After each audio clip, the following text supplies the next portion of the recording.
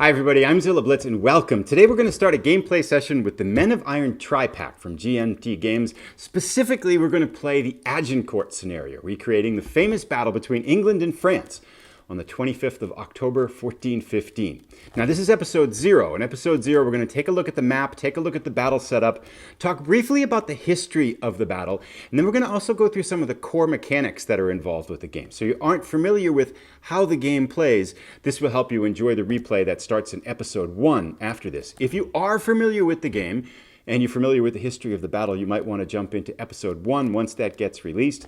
But with that being said, let's jump in and get started.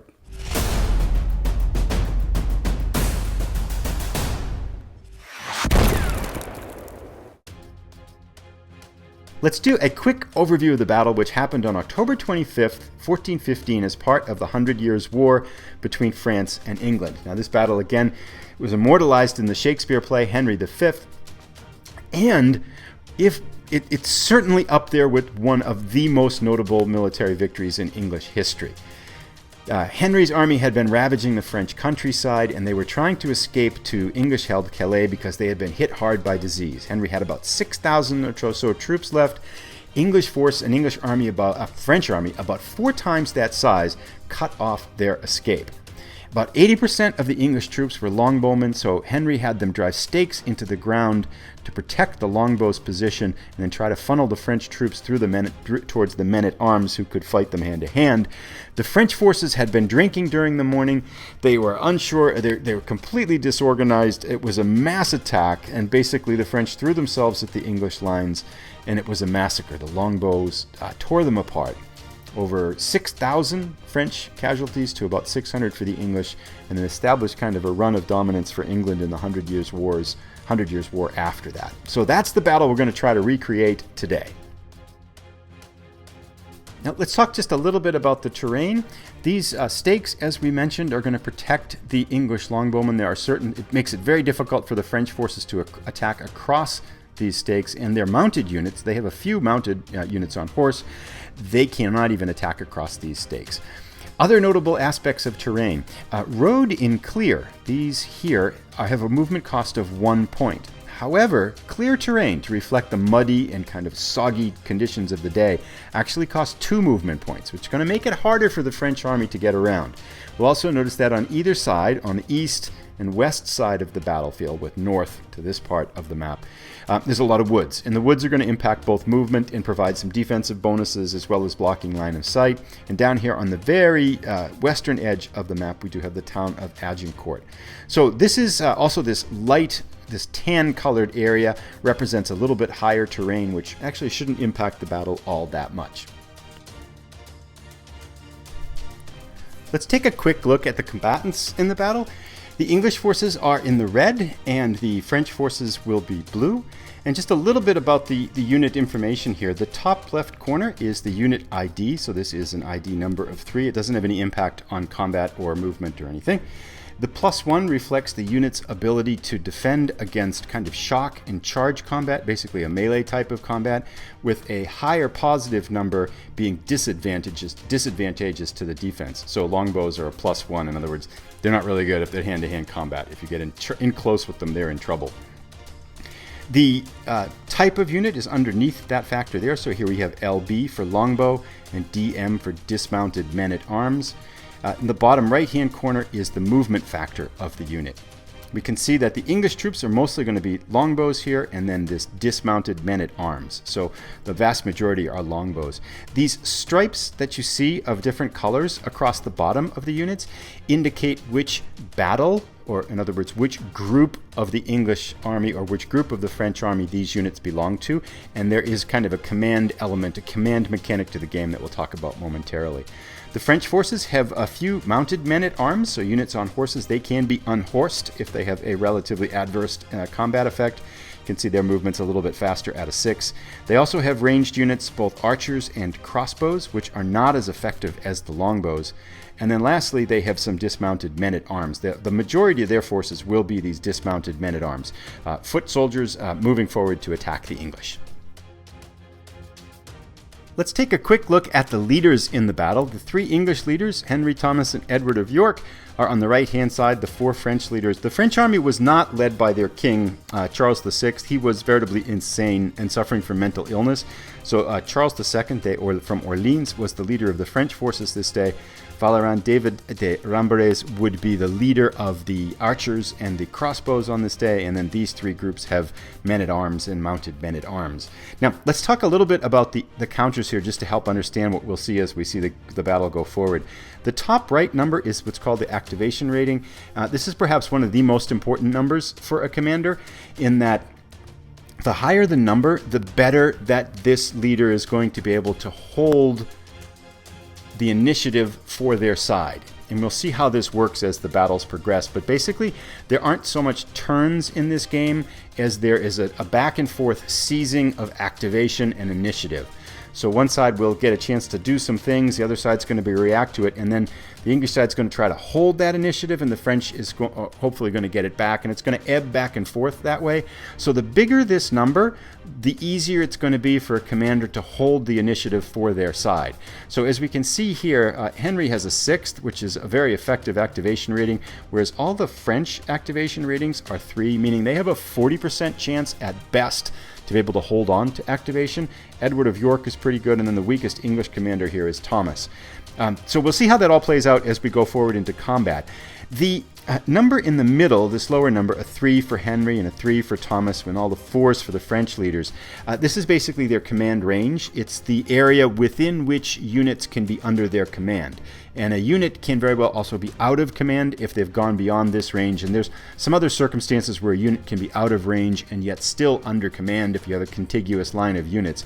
But for the most part, this is the command radius of the unit, of the leader. It doesn't seem to be too much of an impact in this battle, but who knows what's going to happen as we fight through it. Bottom right-hand corner is the movement, same for regular military units. And then this number here is the units, the small number in the yellow, a -1 for Henry and a 0 for Charles II, is the unit's effectiveness rating. And this is basically a bonus that it confers on other leaders to help them to be able to hold the initiative. So again, this is -1. Negative numbers are good. So that means that Henry's going to be very helpful at having his other commanders be able to hold the initiative for the English side. So as we can see right away, because of both the higher ratings of Henry and Edward and the lower ratings of the French commanders, as well as King Henry's effectiveness rating, that the English are going to have more opportunities to hold on to the initiative, making it tougher for the French to win. Lastly, in the bottom left-hand corner, we have the charisma rating of the leader. This is a bonus that's conferred upon the troops they're with in kind of melee combat. So that's pretty much just kind of a very brief overview of all the commanders and some of the units. And I think now let's move on and take a look at how you actually win. So there's generally 2 ways to win in the game, but the most common way to win is that you cause enough damage on your opponent and casualties on your opponent that you force them to simulate fleeing the battlefield. And the way the mechanic works in the game is that each side has a casualty tolerance marker. In the English for Agincourt, it is 14 points. And then down here we can see 30 for the French for Agincourt. So if the English suffer a total of what are called flight points, 14 flight points worth of damage, they are considered to have fled the battlefield, and the victory would be French. Excuse me, this is more than 14. It has to exceed this number. Likewise, if the English have inflicted more than 30 flight points of damage on the French forces, then the English will have won the battlefield. And you get flight points basically by either causing a unit to retire, which is worth 1 point, or eliminating a unit, which is worth a varied number of points depending upon the value of the unit in combat. And there's an additional mechanic here to simulate a little bit of ambiguity, and it's called the loss check. And the loss check happens at the end of the first time the activation switches from one side to the other. And for basically what it means is that you roll a 10-sided die and add a 0 to 9 to the total to see if you exceed the tolerance number here.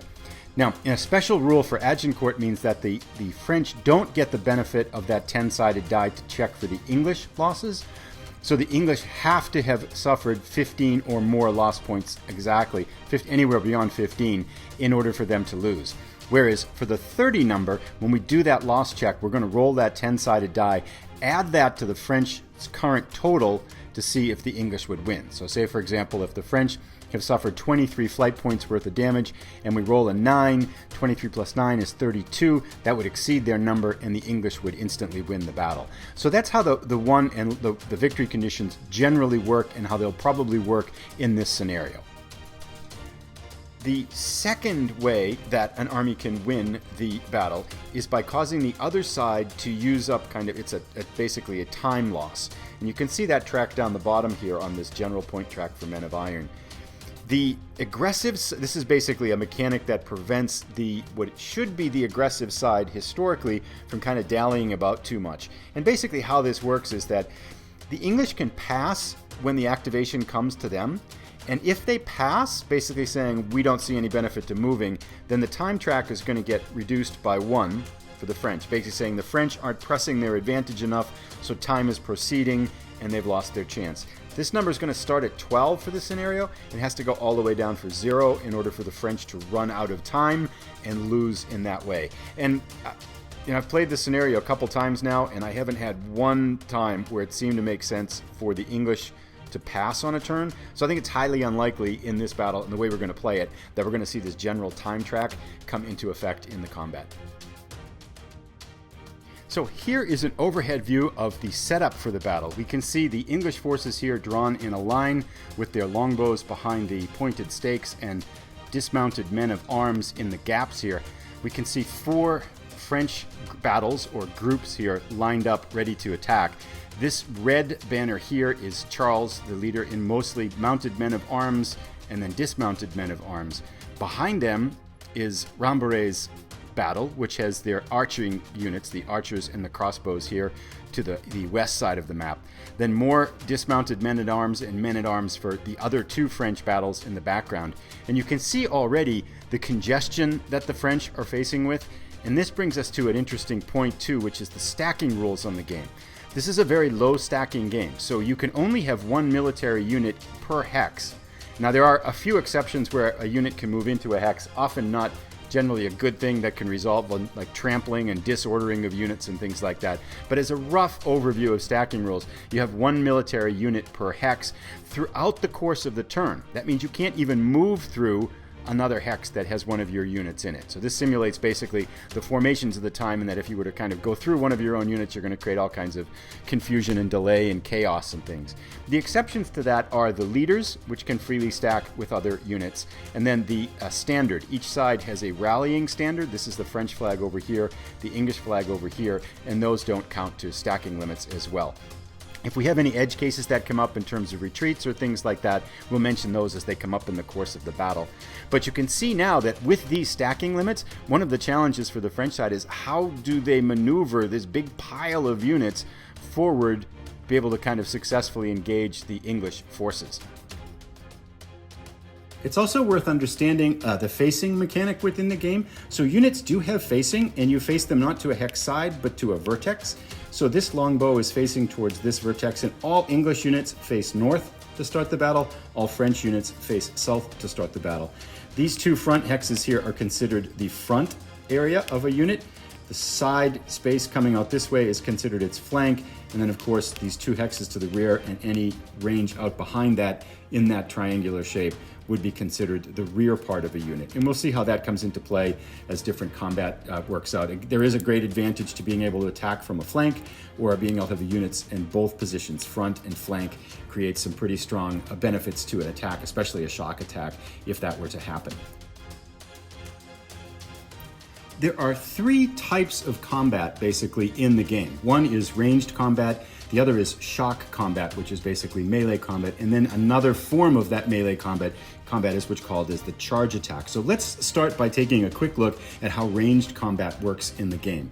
Now there are 3 types of ranged combat. The first is if you are the activated side. So say, for example, if the activated battle, say, for example, Thomas's battle here is activated, they have 3 longbow units. Longbow units in the game have a range of 3, so one of these longbow units in turn could fire at some of these French dismounted men of arms. So during the course of the activation, a ranged unit is going to move, or it doesn't have to move, but once it finishes its movement portion, it can then fire, and that fire happens immediately. So we, for example, if we activate this battle, the English could say, we're going to have this longbow unit fire at this dismounted men-at-arms, and then you would immediately carry out the result and then move to the next unit. So that's one form of ranged combat.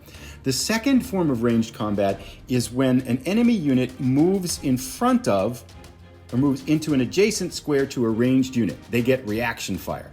So if this French dismounted men-at-arms were to move next to this longbow, this is a dismounted men-at-arms, they would face immediate reaction fire right away from this longbow unit. That's the second type of fire that can happen. The third type, and let's bring forward just a French archer to simulate that. The third type is what is called return fire. Return fire means, say for example, the French are activating their archer battle and they fire at an archery unit. An archery unit can immediately return fire. And those attacks happen simultaneously and are executed simultaneously. So those are the basic kind of a rough overview of the three types of missile fire. There's some smaller edge cases and some kind of rules we're not explaining, but we'll explain those detailed situations once we get into the combat should they come up.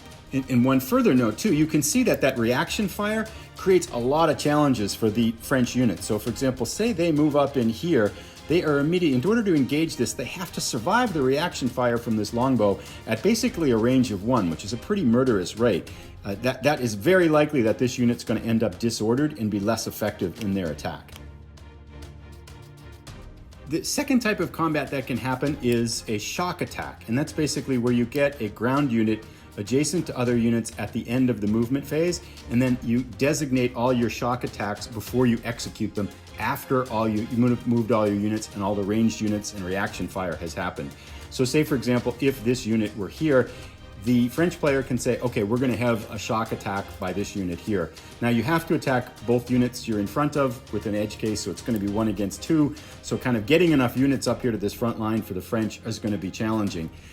The way that combat works is kind of it's almost like a rock, scissors, paper, rock, scissors kind of matrix that you compare the attacking unit to the defensive unit. And then there's a number of die roll modifiers based on leaders, based on terrain, based on this number -2 that are going to give you a final dice roll modification. And then you roll the die to see what happens to either the attacker and or the defender in terms of results. So we'll follow those as they go forward. And the second type of kind of melee combat is what's called a charge combat. And this is done by basically mounted units. This doesn't seem to happen so often in this battle just because there aren't many mounted units and they tend to get their horses shot out from under them pretty quickly here. But a mounted unit, and that's basically a more aggressive form of shock attack with some special rules that revolve around it, where basically you're simulating these horses aren't just kind of walking up and engaging these units, they're actually coming at them full speed trying to run over them. The defense in some situations, depending upon unit types, can then do what's called a counter charge, and that's probably the more complicated situation that runs up in terms of battle results. So those are basically a rough overview on the three types of combat results. And again, we'll dig into them more as we get into the battle and see how they play out with individual attacks. Let's talk a little bit about some of the combat results we're going to see in the game. There's almost a 3 to 4 step process by which a unit can be destroyed in the game. However, you can skip over certain stages. The first stage, the first result that's often going to happen in the course of combat is that a unit is going to be disordered. And basically what that means is their organization is broken down. They've suffered some casualties. And the way that's represented in the game is by flipping over the unit. And this sees this little D in the middle, which means that this unit is now in disordered status. And a lot of their numbers go down. You'll notice that its defense went from +1 to +2. It's got a firing penalty of -1. So a disordered unit is much less effective in combat and can't do certain things and suffers a lot of disadvantageous effects after that's happened. The next thing that can happen to a unit is that it gets what is called retired. And that is denoted by dropping this retired counter on the thing, and the unit must immediately move back to the standard for the unit. So if we slide up here, we can see the English standard. We would have to move this unit anywhere around this English standard, which is here. And this unit is effectively kind of out of the battle. They're completely demoralized and just kind of hanging out and trying to get their act back together. There are ways to bring retired units back into the battle, and we'll see how to do that as we get within the individual cases and the individual combat in this scenario. But this is basically the second step of disrepair. You go from full to disorganized to disordered to retired, and then the last result, of course, is just eliminated. Now again, you can skip steps. You can go straight from disordered eliminated and such things like that. But the general progression is going to be somewhere along those stages, from full, disordered, retired, eliminated. Now, you get victory points, those flight points which we mentioned earlier. If a unit is retired, the enemy's going to get 1 flight point. If the unit comes out of retirement, you can get that flight point back. And then if the unit is eliminated, that's where you get the full flight point value of that unit. And as a special rule in this battle, to simulate some of the disorganization to the French units, the French units, the archers and crossbows, don't have any way to get out of retired status or to get out of disordered status. And we'll talk a little bit about that when we talk about rallying next. Let's talk a little bit about going the other way, how we can bring back units from disordered or retired status in the game, because that happens quite a bit. And I think a little bit of background information on that would help. So first of all, if you want to get a disordered unit back into ordered or full status, what has to happen is that this battle has to be activated. So in this case, we can see this longbow unit has the same yellow banner as King Henry V. So if King Henry V is the activated group or the activated battle within the English army, and this longbow unit does nothing for a whole activation, then at the end of that activation, it's returned from disordered status. Now, there's some other kind of conditions that have to apply. Like you can't be adjacent to an enemy unit and such things like that, or have taken fire in that activation and things too. But as a general rule, that's the basic way you're going to bring a unit back from disordered status. Bringing a unit back from retired status is a little bit trickier. What it means is that when you first get your activation, you have an option either to activate, so if the French had their activation, then it shifts to the English side. The English side can activate one of their battles, or they have an option for that first activation, that free activation, to activate their standard. And they can either move the standard during that time to get it away from a threat, or they can say, we're not going to move the standard. Instead, any retired unit that is gathered around this battle standard, the flag, will come out of retired status and return to its disordered status. So that's one way to get the retired units out. We'll talk about a second way, a less common way to do that as well. So that's basically what's going to happen during the game, is we're going to see this ebb and flow of units being disordered, brought back to ordered status, units getting retired, brought back from retired status. Although it can be a tricky process to get a unit retired back up to full status into the front line, as it well should be too. Let's talk a little bit about some of the odd little bits and pieces that probably don't deserve their own section, but are worth knowing if you're going to be watching this to try to understand what's going on. The first is a mention of what are called these seizure counters. Now, these play a minor role in the game, but sometimes can be used in a pivotal way. Now, the English are going to get 4 of these, and there are 8 different ones in the game, so you're going to get kind of a random distribution of these. It's just randomly decided. And these counters, basically, the French are going to get 2 of them. Here I'm showing 3, but the French are going to get 2. These are different actions. These can be played at different actions in the turn to try to turn the tide of battle. So for example, a seizure opportunity means that when the French side is going to try to continue holding on to the initiative in their activation, the English could play this, roll a die, and take the initiative back. So these can be pretty powerful. There's also what's called seizure negation. So if the French play a seizure opportunity chit, then the English can play seizure negation, negating that result. And there are other ones too. Battle cry is a way to rally a retired unit. Treachery is a way to create an enemy, put an enemy unit into disorder, and then Into the Breach gains a little bit of a +1 die roll modification on charge or shock combat. So these can play a minor role, but used astutely, they can actually kind of swing a battle, which in turn could swing the whole course of the campaign here. But we'll see how these play as we get to them in individual cases. Another little minor rule to understand is that mounted men-at-arms can be unhorsed. So we have 2 different counters for those. So if a French unit was to attack, we could see a combat result that says that unit's been unhorsed, in which case you switch the units out, and usually it involves, I think always it involves, that unit being disordered as well. Leaders can be killed. Certain leaders, like for example, here is Edward of York, here is his replacement leader, being less effective, have replacements. So if a leader happens to be killed by an adverse combat result, you may see a leader replaced in the battle. Some leaders do not have replacements. So for example, Henry does not have a replacement, which would cause kind of dire circumstances for the English. Lastly, just a couple of little other things to mention. There aren't necessarily zones of control, but there are a lot of restrictions on if you move adjacent to an enemy unit. We'll talk about those as they come up, but the biggest one is that once you move adjacent to an enemy unit, that unit can no longer move. They're kind of stuck there. Then the other thing to mention too is line of sight rules apply for ranged units. So if we have, for example, trying to shoot through woods, you can't really do that. There is a rule for raining fire where you can, longbows and stuff can rain fire over their friendly units behind them, but there's a little bit of a penalty for that. But we'll talk a lot about these little edge case rules as they come up in the course of the battle. So that brings us to the end of this kind of overview light and how to play light version of an episode. Again, the idea isn't to provide a full how to play tutorial on the game, but more an overview of some of the key mechanics and key rules that are going to impact our replay as we go forward, so that as you're watching it, things will make more sense if you aren't familiar with the game itself. So we will leave our two combatants here with the English and French staring at each other malevolently across this 200-yard gap between the two armies. And when we return, the French get the first initiative, and they must activate this battle, which is Charles' element here with these 8 units, 2 mounted men of arms and 6 dismounted men of arms. We'll decide what we're going to do. We'll talk a little bit about the French strategy, what we're going to try to do, and then we'll see how the battle plays out. So thank you so much for tuning in. If you've enjoyed it, please give it a thumbs up. If you're new, please consider subscribing, and we will see you in episode 1.